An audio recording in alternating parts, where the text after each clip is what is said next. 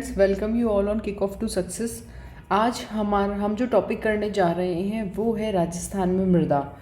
तो इसको स्टार्ट करते हैं। राजस्थान में अधिकांश मृदाएं जो हैं वो जलोढ़ और वातोड़ हैं। जलोढ़ का मतलब क्या होता है? जो जल द्वारा बहा के लाई जाती हैं, और वातोड़ का मतलब जो वायु द्वारा बहा के लाई जाती हैं। नेक्स्ट इम्पॉर्टेंट थिंग है कि राजस्थान में उर्वरकता क्रमशः पश्चिम से पूर्व की ओर बढ़ती जाती है। पश्चिम में थार मरुस्थल और पूर्व में है मैदानी भाग, तो मरुस्थल से मैदानी भाग की ओर क्रमशः बढ़ती जाती है।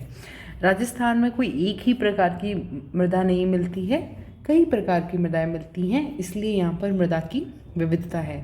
तो सबसे पहले हम देख लेते हैं कि राजस्थान में कौन कौन सी मृदाएं मिलती हैं। तो इसके लिए सबसे पहले सारी ये जो 9-10 प्रकार की मृदाएं हैं, इनको मैं एक बार आपको मैप की हेल्प से बता देती हूँ ताकि आपको फटाफट याद हो जाए ये। तो देखिए, कुछ ऐसे अपना ये राजस्थान का मैप है।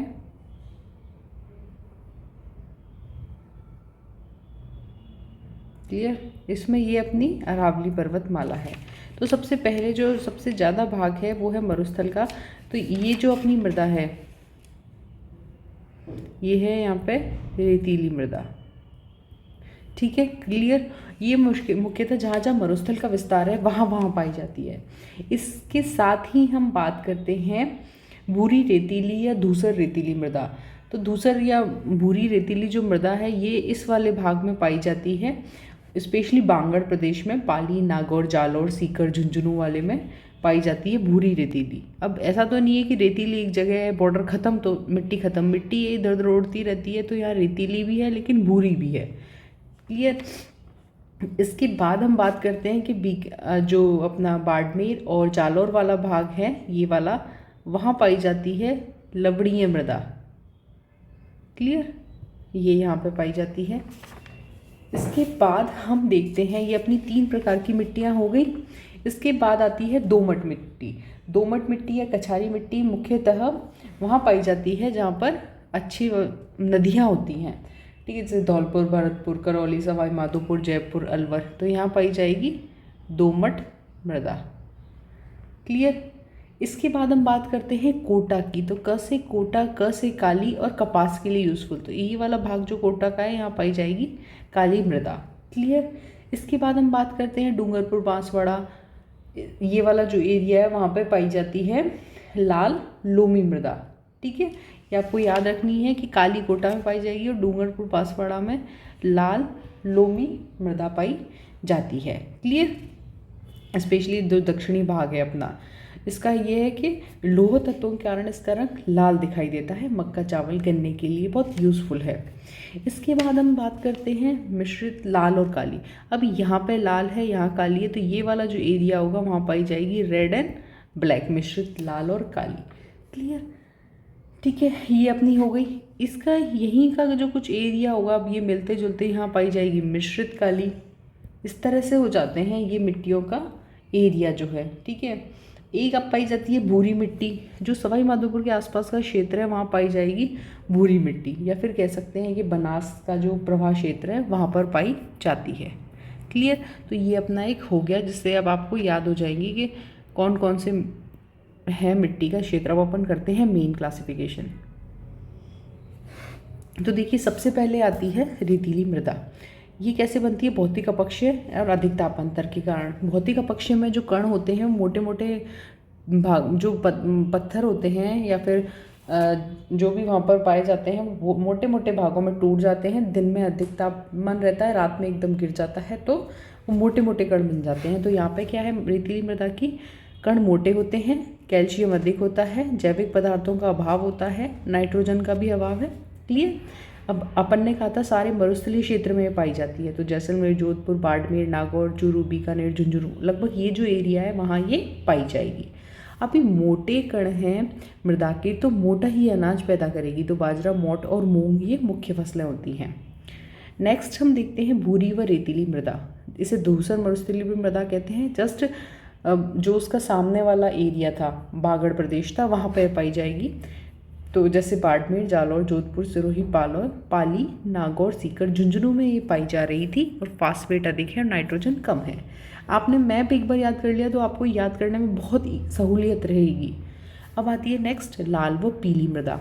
तो लो ऑक्साइड के कारण रंग लाल होता है, ये हम सब जानते हैं। नमी, और इसमें क्या है, नमी धारण करने की क्षमता अधिक होती है।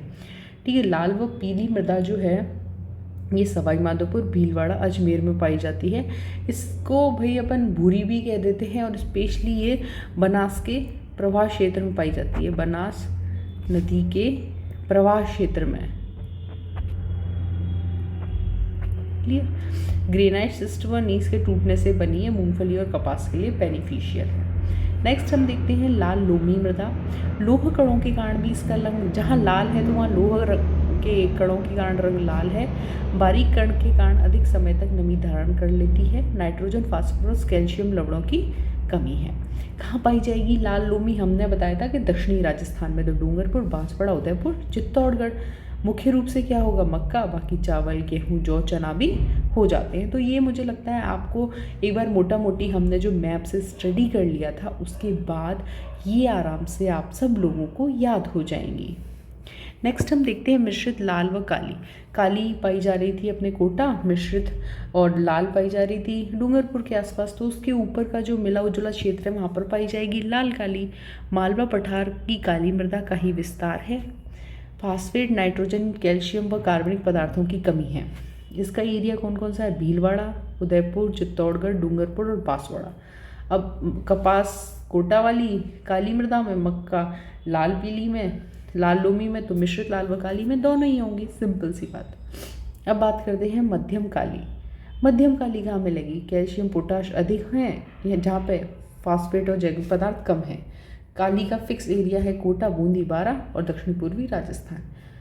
व्यापारिक फसलों के लिए यूजफुल है। बहुत इंपॉर्टेंट क्वेश्चन पूछ लिया जाता है। व्यापारिक फसलें कौन कौन सी होती हैं? कपास, मूंगफली, दाल आदि के लिए। अब हम बात करते हैं जलोढ़ कछारी मृदा, यानी नदियों वाले क्षेत्र में स्पेशली। तो नदियाँ कहाँ हैं? जहाँ नमी अधिक होगी, चूना कम है, मृदा कहीं लाल कहीं भूरी हो। स्पेशली भरतपुर, धौलपुर, टोंक, कोटा, जयपुर, अलवर वाला एरिया। अब बात करते हैं भूरी रेतीली कछारी। भीलवाड़ा, अजमेर, टोंक, सवाई माधोपुर, करौली, राजसमंद में चूना, फास्फेट, ह्यूमस की कमी है। व्यापारिक और खाद्यान्न दोनों फसलों के लिए बेनिफिशियल है। अगर आपने जो भी मैंने आपको मैप बनाया था, अभी फिर से बताऊंगी, वो याद कर लेंगे ना, तो इन जगहों का ज़्यादा टेंशन नहीं रहेगी। लवणीय मृदा कहाँ पाई जाती है? क्षारीय व लवण तत्व होते हैं लवणीय मृदा की विशेषताएं। बाड़मेर और जालौन पाई जाती है, कृषि के योग्य नहीं होती है। क्लियर। ये तो देखिए, ये अपनी जो भाग था वो रेतीली मृदा का था, जो मरुस्थलीय क्षेत्र में पाई जा रही है। ठीक है। इसके बाद ये आता है कि अपना बागड़ प्रदेश में पाई जा रही थी भूरी रेतीली, बाड़मेर और जालौर में है ये वाली लवणीय मृदा।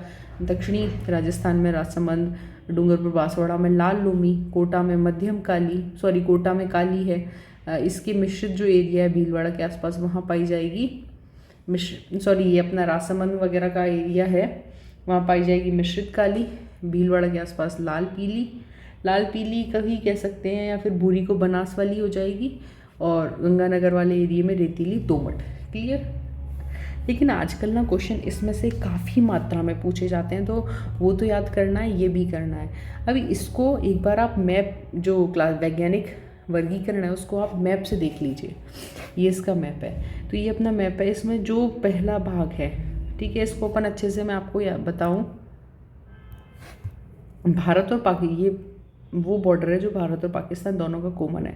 तो भारत और पाकिस्तान के बॉर्डर एंटी हैं एक दूसरे के, तो यहाँ पाई जाएगी एंटी सॉल। इसके जस्ट साइड में अर्धशुष्क एरिया में, ठीक है, ये है अपनी अरावली और शुष्क मरुस्थल के बीच में एरिडोसॉल। ठीक है। अरावली पे पाई जाएगी इंसेप्टिसॉल। भरतपुर, धौलपुर आदि में पाई जाएगी, जो आर्द्र क्षेत्र हैं वहाँ पे अल्फीसॉल। और दक्षिणी राजस्थान और कोटा में पाई जाएगी वर्टिसॉल। तो ये भी याद करने का बिल्कुल एक ट्रिक है कि अनार, सॉफ्टी, एप्पल, वाह। बोलिए मेरे साथ, अनार, सॉफ्टी, एप्पल, वाह। अनार, सॉफ्टी, एप्पल, वाह। तो इसमें इसको देखते हैं, AN से बनेगा एंटी, AR से बनेगा एरिड, सॉफ्टी का हो जाएगा ये सेफ्टी, एप्पल का हो जाएगा अल्फी, और वाह का वर्टी। पहले तो आप याद कर लें, एंटीसोल, एरिडसोल, इंसेप्टिसोल, अल्फीसोल, वर्टिसोल। एंटीसोल कहाँ पाई जाएगी? भारत और पाकिस्तान एक दूसरे के एंटी हैं तो बॉर्डर पर पाई जाएगी एंटीसोल। उसके जस्ट आगे चलेंगे तो पूरे एरिया में पाई जाएगी एरिडसोल। जो अपनी अरावली पर्वतमाला है उस पर पाई जाएगी इंसेप्टिसोल। ठीक है, जो भरतपुर, धौलपुर, अलवर, सवाई माधोपुर का एरिया है वहाँ पे पाई जाएगी अल्फीसोल। दक्षिणी राजस्थान मतलब बांसवाड़ा, प्रतापगढ़, चित्तौड़गढ़ और कोटा, बूंदी में पाई जाएगी वर्टिसोल। क्लियर? अब आप इनको देख लीजिए। एक इम्पॉर्टेंट चीज़ कि एरिडोसोल, एंटीसोल दोनों राजस्थान के 2/3 भाग पर फैली हुई हैं। क्लियर? राजस्थान में नॉर्मल मृदाओं में देखें तो रेतीली मृदा सबसे ज़्यादा है, और भारत में देखें तो जलोढ़ मृदा सबसे ज़्यादा है। एरिड सॉल को देखते हैं तो शुष्क जलवायु में पाई जाती है, चूरू, झुंझुनू, नागौर, पाली। एंटीसॉल बॉर्डर वाला एरिया, हल्का पीला प्लस भूरा रंग, पश्चिमी राजस्थान के लगभग सभी जिले आ गए। अल्फीसॉल मैंने बताया था भरतपुर वाला एरिया, तो दौसा, अलवर, टोंक, भीलवाड़ा, जयपुर, भरतपुर, बूंदी, कोटा, बांसवाड़ा, राजसमंद इनमें पाई जाएगी। इंसेप्टिसॉल यानी अर्धशुष्क और आर्द्र, झालावाड़, सिरोही, पाली, उदयपुर, भीलवाड़ा, चित्तौड़गढ़। क्लियर? और वर्टिसोल काली प्लस रेगूर मृदा, आर्द्र और अति आर्द्र जो अपना दक्षिणी पूर्वी राजस्थान को, इसमें कोटा, झालावाड़, बूंदी वाला एरिया। ट्रिक आपको बता ही दी है, ये आप अच्छे से याद रखिए। इसके बाद देखते हैं मृदा अपर्दन के कारण। अपर्दन क्या होता है कि कोई कटाव हो जाना, चले इधर से उधर चले जाना। ठीक है, मृदा अपर्दन को रैंक, इंपॉर्टेंट चीज़ ये है कि इसके बारे में आ जाता है, मृदा अपर्दन को रेंगती हुई मृत्यु कहा जाता है, कृषि का शत्रु या मिट्टी का क्षय रोग, टीवी भी कहा जाता है। किसको? अपर्दन को। रेंगती हुई मृत्यु, कृषि का शत्रु या फिर मिट्टी का टीवी या क्षय रोग। ठीक है, अब कटाव किससे होता है? पहाड़ों पर जो हम झूमिंग कृषि करते हैं उससे। ठीक है, अनियंत्रित पशुचारण से मिट्टी कट जाती है और चली जाती है। पवन द्वारा कैसा होता है? क्षैतिज अपर्दन होता है। राजस्थान में सर्वाधिक पवन द्वारा ही अपर्दन होता है मिट्टी का, सर्वाधिक होता है जैसलमेर में और न्यूनतम धौलपुर में। इसके बाद हम देखते हैं जल द्वारा। जल क्या करता है? जब बहता है तो नीचे की एक पूरी चादर रूप, मतलब लंबवत रूप में अपर्दन कर देता है। सॉरी, चादर रूप में नहीं, गहरा करता जाता है। जैसे पानी जहाँ बहता है तो वहाँ गड्ढा जैसे करता जाता है, तो वो लंबवत अपर्दन होता है। इसे अवनलिका अपर्दन कहते हैं। ये सबसे ज़्यादा विनाशकारी होता है क्योंकि पानी एकदम कहीं से चादरी अपर्दन में देखते हैं तो चादरी अपर्दन सबसे ज़्यादा सिरोही में होता है। ठीक है, इसके बाद राजसमंद में होता है। सेम की समस्या को देखते हैं। सेम की समस्या क्या है कि जब एक ही स्थान पर पानी ज़्यादा रहता है तो ज़मीन पानी अवशोषित नहीं कर पाती, सोख नहीं कर पाते। तो ये प्रॉब्लम सबसे ज़्यादा हनुमानगढ़ में होती है। हनुमानगढ़ में भी, बड़ोपल, भगवानदास, नोहर, रावतसर में और गंगानगर में। अब देखते हैं कि राजस्थान में लवणीय व क्षारीय मिट्टी की समस्या के कारण क्या क्या हैं। एक तो कहीं कहीं ज़्यादा सिंचाई हो जाती है, लवणों का सतह पर जमाव, वर्षा की कमी व अत्यधिक बाष्पीकरण, जल स्तर का बढ़ना, जल निकासी का अभाव, भूमि की सतह के निकट कड़ी परत, ये सब आप जानते हो। राजस्थान में सबसे ज़्यादा सेम की समस्या कहाँ है? गंगानगर में, हनुमानगढ़ में और बीकानेर में, वही जहाँ इंदिरा गांधी नहर का एरिया है। उपाय देखते हैं तो क्या है? जिप्सम का प्रयोग करना होता है। फिर उपाय क्या क्या किए गए हैं? जिप्सम का उपयोग किया गया है, बंजर भूमि विकास कार्यक्रम चलाए गए हैं और काजरी में निरंतर अनुसंधान किए जा रहे हैं कि और क्या बेहतर हो सकता है। फिर देखते हैं मृदा क्षरण की समस्या के निराकरण के लिए सरकार द्वारा उठाए गए कदम। तो इसमें है सूखा संभावित क्षेत्र कार्यक्रम। ये बहुत इंपॉर्टेंट है कि 1974-75 में स्टार्ट किया गया था और इसमें केंद्र और राज्य का जो अनुपात है वो है 75:25। ठीक है, एकीकृत बंजर भूमि विकास कार्यक्रम है, ये 1992 में किया गया था। ठीक है, और उसमें क्या है कि लोकल जो अपने सिटीजन्स हैं उनको दैनिक आवश्यकता की पूर्ति हेतु घास, चारा व लकड़ी प्रदान की जाए ताकि वो अनावश्यक कटाई ना करें। फिर आता है मरु विकास कार्यक्रम, ये बहुत इंपॉर्टेंट है, 77-78 का है और सेम सूखा संभाव्य कार्यक्रम वाला है। तो सूखा संभाव्य जो कार्यक्रम है वो 74-75 का है और मरु विकास कार्यक्रम उसके 2 साल बाद यानी 77-78 का है। अब देखते हैं कि सर्वाधिक कृषि भूमि कहाँ है? गंगानगर में। सर्वाधिक बंजर भूमि जैसलमेर, परती भूमि जोधपुर, व्यर्थ भूमि राजसमंद में। इम्पोर्टेंट जो चीज़ है वो ये है कि भारत की कुल बंजर भूमि का राजस्थान में कितना है? 20%। केंद्रीय भू संरक्षण बोर्ड कहाँ है? जयपुर और सीकर में। मिट्टी परीक्षण प्रयोगशाला कहाँ है? जयपुर, जोधपुर में। मृदा दिवस कब बनाया जाता है? सबको याद होना चाहिए, 5 दिसंबर। अब देखते हैं कि मिट्टी को किस आधार पर अम्लीय क्षारीय कहा जाता है। तो मिट्टी एकदम जो उसका एग्जैक्ट पीएच होता है, मिट्टी को पीएच में मापते हैं, वो 7 होता है। इससे अगर ज़्यादा होगा तो क्षारीय, लवणीय, ऊसर कहलाएगी, और कम होगा तो अम्लीय कहलाएगी। ठीक है। अम्लीय का सॉल्यूशन के लिए क्या करते हैं, जब ज़्यादा अम्ल हो जाते हैं तो चूना और फॉस्फेट डालते हैं, और जब लवण ज़्यादा हो जाते हैं तो जिप्सम डालते हैं।